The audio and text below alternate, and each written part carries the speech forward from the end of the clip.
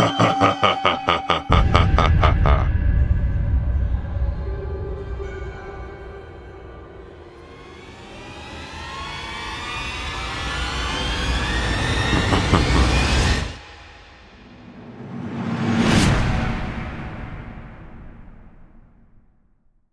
there Tangos, it's Public Mouth back with another video today in celebration of Halloween. Because yes, today is October 31st, it is Halloween, it is the last day of Spooktober. So today, we're taking a look at what's the origin and meaning behind Halloween. So let's hop right in. So Halloween, or All Hallows Evening, or also known as All Halloween, All Hallows Eve, or All Saints Eve, is a celebration observed in many countries on October 31st, at the eve of the Western Christian feast of All Hallows Day. It begins the observance of All Hallowtide, the time of the liturgical year dedicated to remembering the dead, including saints, martyrs, and all the faithfully departed. Halloween activities include trick-or-treating, attending Halloween costume parties, carving pumpkins into jack-o'-lanterns, lighting bonfires, apple bobbing, divination games, playing pranks, visiting haunted attractions, telling scary stories, and even watching horror films.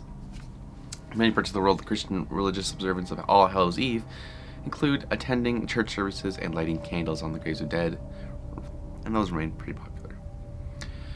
Although in most of the places it's more of a commercial holiday to buy a costume, go get some candy. So the celebration of Halloween was extremely limited in colonial New England because of the rigid Protestant belief systems there. Halloween was much more common in Maryland and the southern colonies.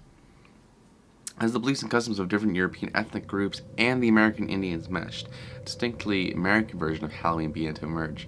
The first celebrations included play parties, which were public events held to celebrate the harvest. Neighbors would share stories of the dead, tell each other's fortunes, dance, and sing. Now, borrowing from European traditions, Americans began to dress up in costumes and go house to house asking for food or money, a practice that eventually became today's trick-or-treat tradition. Young women believed that on Halloween they could divine the name or appearance of their future husbands by doing tricks with yarn, apple parings, or mirrors. In the late 1800s, there was a move in America to mold Halloween into a holiday more about community and neighborly get-togethers than about ghosts, pranks, and witchcraft. At the turn of the century, Halloween parties for both children and adults became the most common way to celebrate the day. Parties focused on games, food of the season, and festive costumes. Parents were encouraged by newspapers and community leaders to take anything frightening or grotesque out of Halloween celebrations. Because of these efforts, Halloween lost most of its superstitious and religious overtones by the beginning of the 20th century. By the 1920s and 30s, Halloween became a secular but community-centered holiday, with parades and town-wide Halloween parties as the featured entertainment. Despite the best efforts of many schools and communities, vandalism began to plague some celebrations in many communities during this time. By the 1950s, town leaders had successfully limited vandalism, and Halloween had evolved into a holiday directed mainly at the youth. Due to the high numbers of young children during the 50s baby boom, parties moved from town civic centers into the classroom or home, where they could be more easily accommodated. Between 1920 and 1950, the centuries-old practice of trick-or-treating was also revived. Trick-or-treating was a relatively inexpensive way for an entire community to share the Halloween celebration. In theory, families could also prevent tricks from being planned on them by providing the neighborhood children with small treats.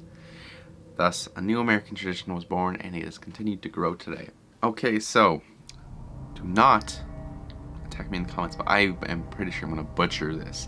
But Samhain is a pagan religious festival originating from an ancient Celtic spiritual tradition.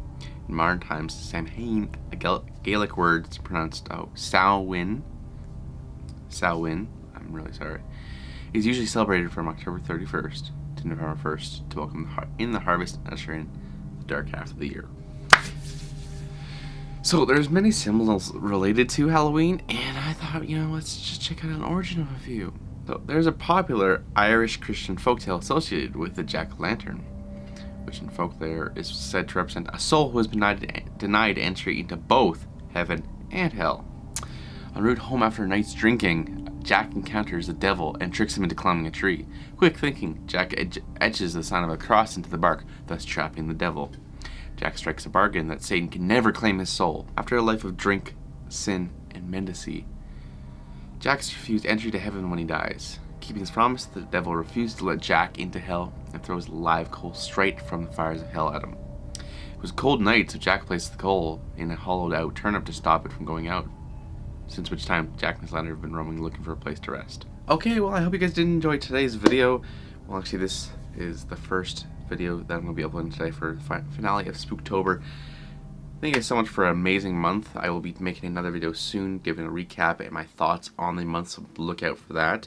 Thank you to all the new subscribers who have come so far, and stay tuned for the rest of the day for more videos. So I love you tangos to death, and don't forget to stay sweet. See you in the next video.